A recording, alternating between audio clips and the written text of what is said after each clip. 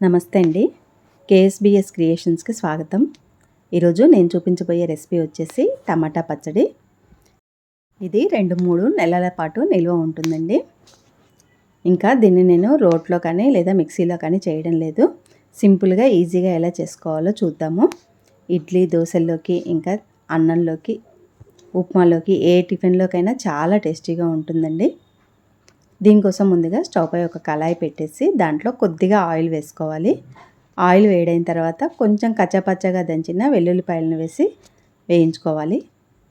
వెల్లుల్లిపాయలు కొంచెం వేగిన తర్వాత టమాటా ముక్కల్ని వేసుకోవాలి. టమాటాలను శుభ్రంగా కడిగి తడి లేకుండా చూసుకొని ముక్కలుగా తరిగి పెట్టుకోవాలి. ఈ టమాటా ముక్కల్ని ఒకసారి కలుపుకున్న తర్వాత దీంట్లో కొద్దిగా చింతపండు పెట్టుకోవాలి.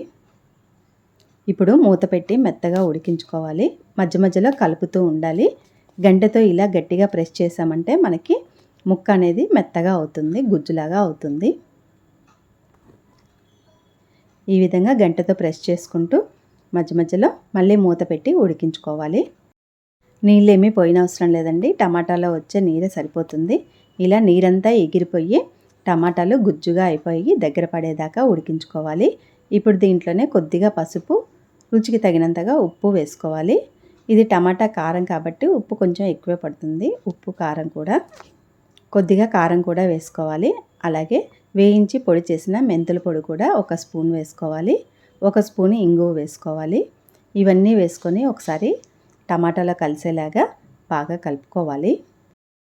ఉప్పు, కారం వేసేటప్పుడు స్టవ్ని లో ఫ్లేమ్లో ఉంచుకోవాలి. ఇవన్నీ కలిసేలాగా ఒకసారి బాగా కలుపుకున్న తర్వాత 1 నిమిషం పాటు మగ్గించుకోవాలి. ఇలానే ఇది ఇలా మగ్గుతూ ఉంటుంది. ఇప్పుడు దీంట్లో పోపు చూద్దాము. స్టవ్ పై వేరొక కళాయి పెట్టి దాంట్లో ఆయిల్ వేసుకోవాలి. ఒక 2-3 గంటల వరకు వేసుకోవాలి.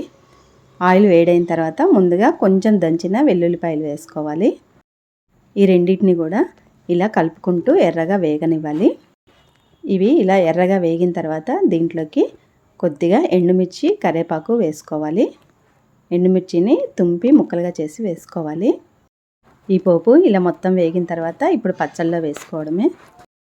పోపు అంతా పచ్చడికి పట్టేలాగా ఒకసారి కలుపుకున్నామంటే మనకి పచ్చడి రెడీ అయినట్టేనండి. ఇది చల్లారిన తర్వాత ఒక డబ్బాలో పెట్టుకున్నామంటే మనకి 2-3 నెలలైనా నిల్వ ఉంటుందండి. అన్ని టిఫిన్స్లోకి, అన్నంలోకి చాలా టేస్టీగా ఉంటుంది. ఒకసారి తప్పకుండా ఈ విధంగా ట్రై చేయండి.